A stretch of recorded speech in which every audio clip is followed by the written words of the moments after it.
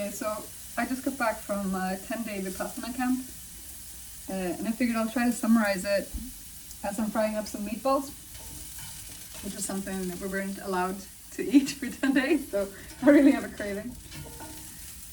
So, when you first get there, the mood is going to be a little bit weird, probably, because some of the people who are there, they've been there before, and some of the people who are there, they haven't been there before, but they're aware that you're supposed to take a vow of silence, so you don't know when the vow of silence is supposed to begin. So you don't know if you're supposed to talk with people or don't talk with people. And then the people who have already been there, they might get into the mood of already going into sort of like this semi-monastery feeling. So don't be discouraged by that. It's just as it is.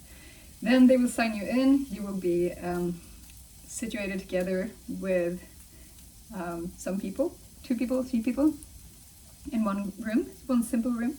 You share bathrooms. And then I'll skip the first day because it's just basically landing in the place. There's not a lot of things that you'll be doing. You'll just check in all of your technology. You won't be having any distractions. And then what happens on the next day, day 1, 2, 3, is that you will practice Anapana. So Anapana is a meditation form where you just focus on the breath as it pertains to this area. So you'll focus on the air going in, the air going out, which nostril it is, and also importantly the sensations that you're getting from it. So you might be feeling just a tiny bit of a tickle underneath the nose or on the nose, or you can feel the touch of your breath on this part. So just this little triangle here. That you'll be doing for 3 days. And it's really hard because you'll be coming from the outside, and if you're like me who didn't really meditate before this at all, you don't really, you don't have the practice in.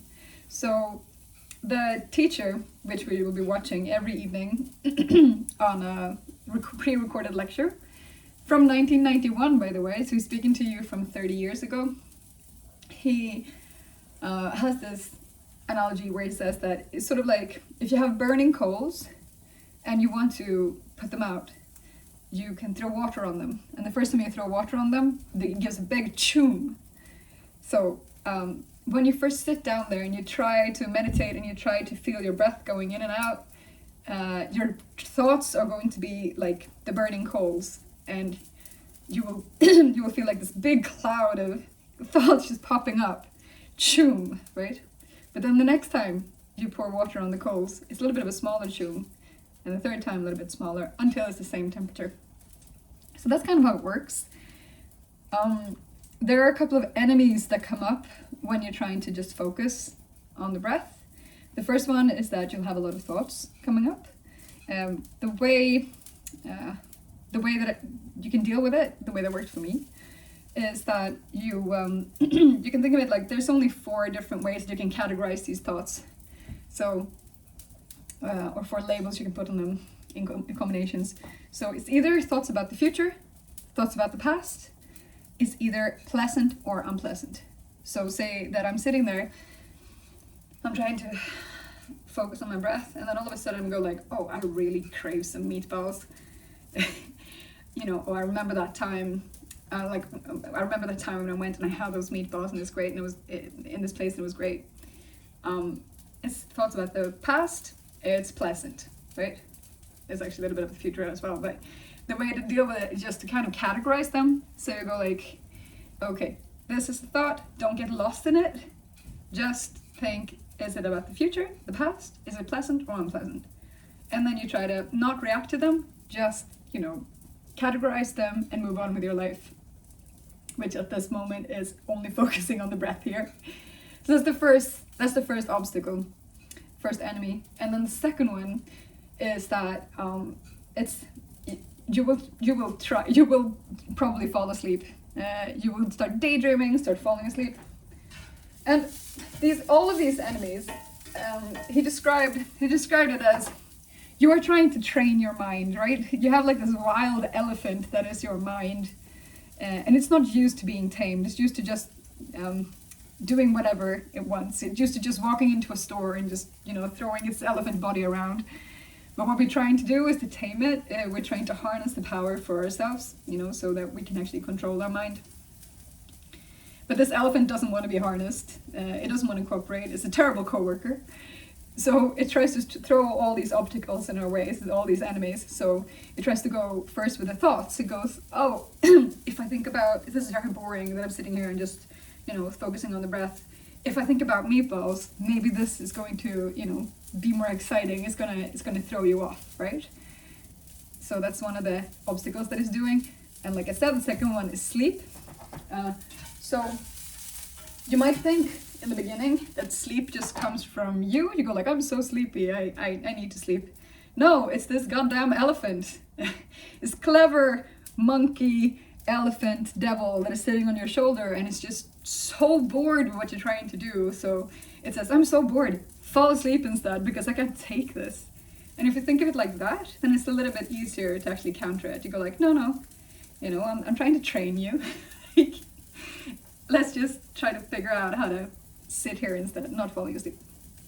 Third one is that you will get super restless. It's like you're getting a kick from the inside. You go like, this is the most boring thing I've ever done in my life. And you keep on trying to take like 1 breath, 2 breaths, 3 breaths. On the 4th breath, you go, I have to stand up because I'm doing violence on myself sitting here. This is so boring. I feel I have no life anymore. Why am I doing this?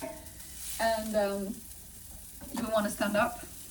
It's the elephant again. It's just throwing all these things in your way. It doesn't want you to tame it. Like, it's wild. So don't pay it no mind. Then, which one is my on? 4th, I think. It's the doubt. It's going to try to make you doubt this. You're like, why am I doing this at all? Why? This method is ridiculous. This teacher has a funny accent. It's going to try to make you think all kinds of thoughts that are doubtful. But again, it's just trying to distract you from what you're actually trying to do. So don't pay it no mind. I really found it helpful to just have this analogy of there's an internal elephant in my head that is a magic devil advocate, devil elephant that is just, not being on my side. It will understand after a while what I'm trying to do, but for now, I'm going to have to, with love and compassion, I have to gently try to train it to actually do what I want. And what I want right now is just to sit here for an hour, or 2 hours sometimes, and just focus on the breath. So that's it. And how do you actually, once you have realized this, how do you actually move on, right? So how you do it is that you're supposed to simply observe. So just observe the breath. Don't try to modify it. Just goes in, just goes out. You just observe it, and you don't react. That's the thing. Whatever pops up, you don't react. If there's a thought that comes up, you might categorize it. You look at it, you go, oh yeah, that was a thought. Oh yeah, did I actually water my plants? Oh no, they're all gonna die. Thoughts about the future, unpleasant. Categorize it, look at it, recognize it was there, and then just move on, right? So look at it, don't react to it. With all of those enemies, it's the same. Just look at it and go, oh yeah, you tried to throw me off, you tried to make me feel sleepy. I understand it, I recognize it, I choose not to, and then you move on. Same thing with the doubt, you have the right to doubt, of course, but not right now. Just focus on your breath, make the conscious choice. Just look at it, oh, there was doubt, interesting, I'll look at it later, and then you focus on your breath. First 3 days, only Anapana, only thing you will do. After that, you will be starting the real Vipassana.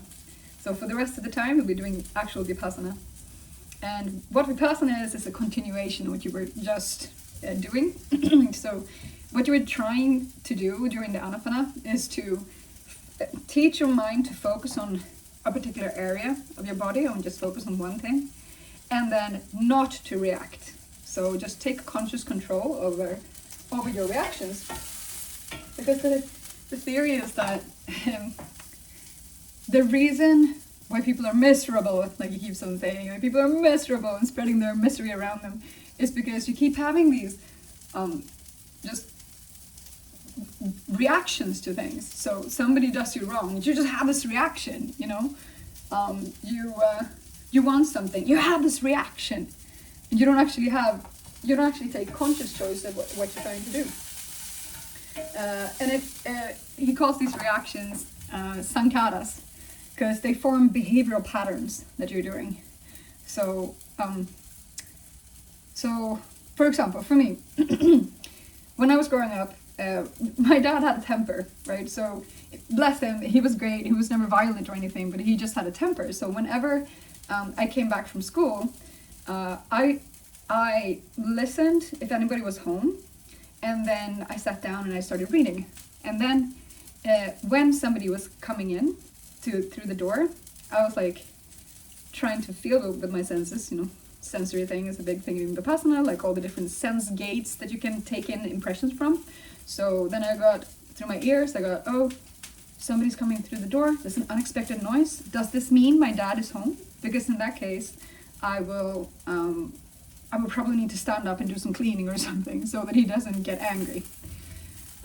So that means that I have this behavioral pattern from when I was a child of like, whenever there's a sudden noise, I start tensing up and try to do something. I think a lot of people have this, it's not just me. So what we're trying to do here is that we're trying to train our minds to be like, okay, you hear a noise, and instead of just doing like the split-second reaction that you're used to doing, this behavioral pattern that's kind of etched itself into your soul, you're trying to instead take control over it. And you're trying to be like, oh, that was a sudden noise. What was the noise? Is it a good or bad noise? Great. Do I want to react to it now? Do I not want to react to it? And then you take conscious choice of what you're trying to do. So the way that you're doing it is that you're expanding on the technique of just focusing on this area, and you're starting to focus on sensations throughout the body. So what does he mean by sensations? So like I'm saying is, for example, you can take in sensations from your hearing, from your eyes, from your thoughts, from your skin, from any kind of sensory gate that you have. He explains this quite a lot in lectures. But most of all, he focuses on the sensations that you can actually feel on the body. Because the theory is that a lot of the stuff that you have experienced before is actually in your body. So when you then get a new experience, instead of just following that own behavior pattern and reacting to it, you just, you change the way that you react to it. And that both makes sure is that you don't create, you don't emphasize the pattern that you had before, and then it changes the pattern that you had before. So the meditation works like this. You sit down, and then you can start with Manapana. Just focus on the breathing around the nose, and then you start focusing on the top of your head, and then you start feeling your scalp, you start feeling your face, different parts of your face, and then you do a body scanning. And it's not like one of these relaxing body scanning, just like, oh, feel you relaxing in your shoulders. It's not at all like that. It's more like the whole point of it is that you're supposed to feel both pleasant and unpleasant sensations, not edit anything at all. The point of Vipassana is that you should see reality as it is, right? And, not react to it unless you want to react to it in certain ways. Take control of how you actually experience reality and consciously guide yourself in how you want to do, what you want to do with it. So, so yeah, you do the body scanning. You're seeing that I start feeling something on my shoulder. Great, you can stay there for a little bit. And then you can move down to your arms, you can move down throughout your whole body, and then you move up again. You can scan different parts. It doesn't really matter, right? The only thing to remember is that you shouldn't just focus on one bit. You shouldn't go like, oh, I can feel a lot here on my shoulder. Okay, I'm going to focus a lot on that, right? It's instead that you should focus consistently on all parts of your body. Just go through it. So it's sort of like you're giving attention to every part of your body, bit by bit. And at first, you're not going to feel anything. right? It's like when you were doing the anapana. You're not going to feel your breath in the beginning here because you're not used to it. We usually are not used to it. We're not very good at actually feeling our bodies, usually because we're so distracted a lot of the time as well. I mean, it's just my theory, but I feel it's right. And I'm going to tell the world that I feel it's right. We're not very connected to our bodies. We're used to distracting ourselves. So then when we stop distracting ourselves, when we tell our inner evil monkey, elephant, devil that, you know what, I'm just going to focus on this right now. I'm just going to focus on my body and on my breath. Then all of a sudden we start feeling these things in our bodies that we haven't done before. So start feeling the breath here. You start feeling maybe like a tingling in your scalp. You start feeling a pain in your shoulder. You start feeling, just the touch of your clothes, if it's cold, if it's warm, and it feels differently all over the body. He says that you should start by sitting down and, preferably in a Vipassana camp. I agree, of course I agree, you shouldn't edit the technique. But what I found useful after a while is to, if I was a little bit blocked and I couldn't actually feel any sensations in my body, always just go back to the breath first, and then you can actually stand up and you can actually be outside, especially if it's a little bit cold, because then you can start by feeling the cold on the different parts of your body. And for me, that kind of kick-started it. So that worked really well for me. I'm not sure if that is proper technique, but it worked for me. All of this, by the way, is like my interpretation of it. I'm not trying to say that this is the formal way of doing it or anything. This is just my experience and how I interpreted it. So you should always go to the proper Vipassana camp and a proper Vipassana teacher. It's just my take. And then after a while, what happened to me was that I got this extreme sense of calm, like really, really calm.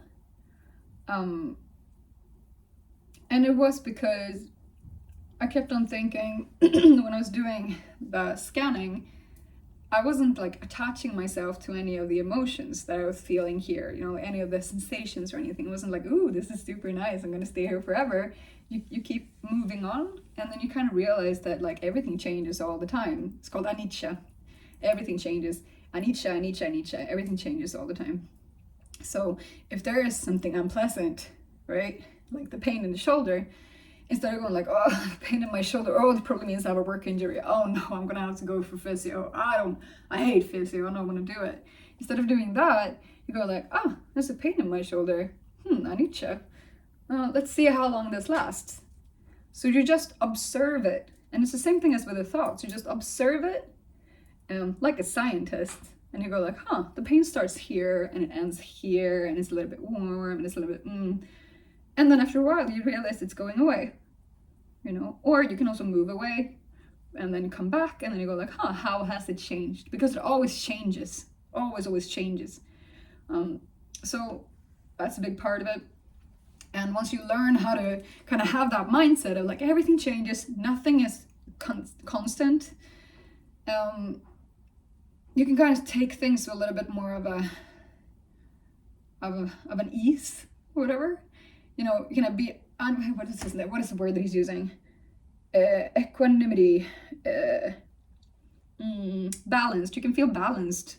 You can just take, whether it's a good thing or it's a bad thing that has happened, you can go just look at it and go like, okay, it's a good thing that happened. That's a bad thing that happened. Let me not react to this.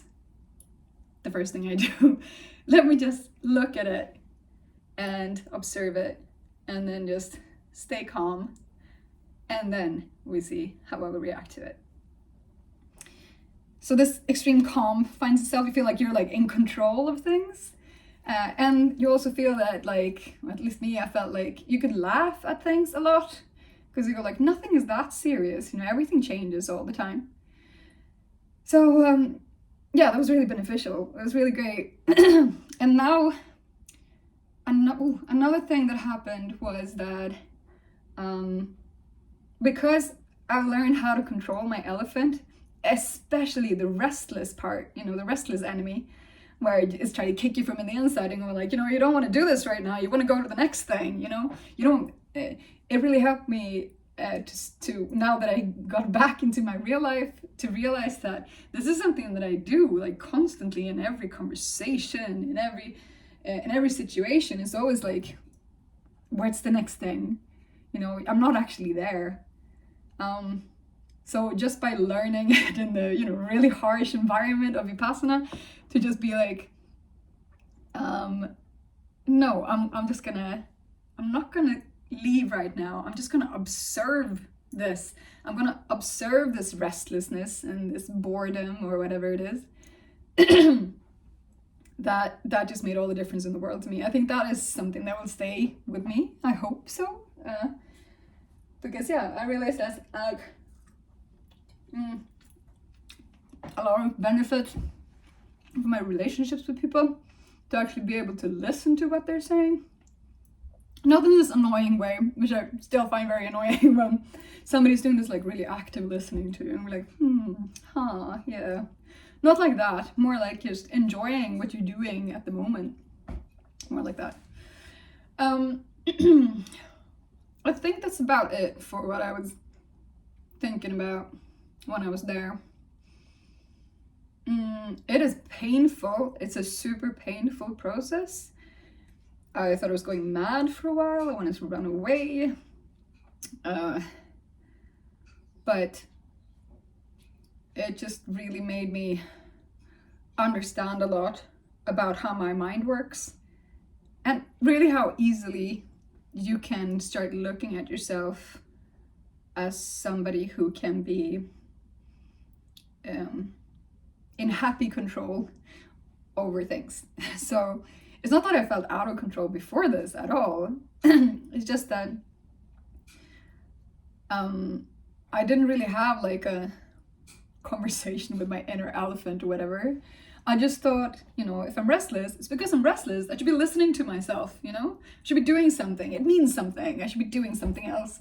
Or if I'm tired, it's be like, oh, it's because I'm tired. That's why I'm so exhausted. I need to go to bed. It's not always like that. It's just like something else that's going on, and you need to kind of just listen to what it is, you know? Is it that your inner elephant is so freaking bored? Is it, you know, what is it? It's something else. And also, the focus on the body was really good for me. So you don't have to like over intellectualize things. You don't have to, you know, go like, oh, is this job really the right one for me or whatever? You can just go like doing body scans and just see how your body is actually doing, because all of the emotions that you're feeling, everything that is happening around you is actually manifested in the body in some way. It's still a little bit vague to me, that, but I do feel that there's some truth in it. Okay, let's see how long this feeling of kind of like happiness and, you know, like calmness lasts. I figure, you know, if I don't keep up with the practice, I fully expect to go back to some of the old ways, but I'll try to keep it. They recommend you going back for a Vipassana camp every year. I'm probably not going to do that, but you know, occasionally you can go back. If you're an old student, you can even come for like 1 day, 2 days, 3 days, 4 days instead of doing the whole 10 thing, which is good. Oh, a final thing. Two things actually. One thing that I really protested against when I was there, that was really hard for me, was that I felt that there was the teacher was talking a lot about what you should not do.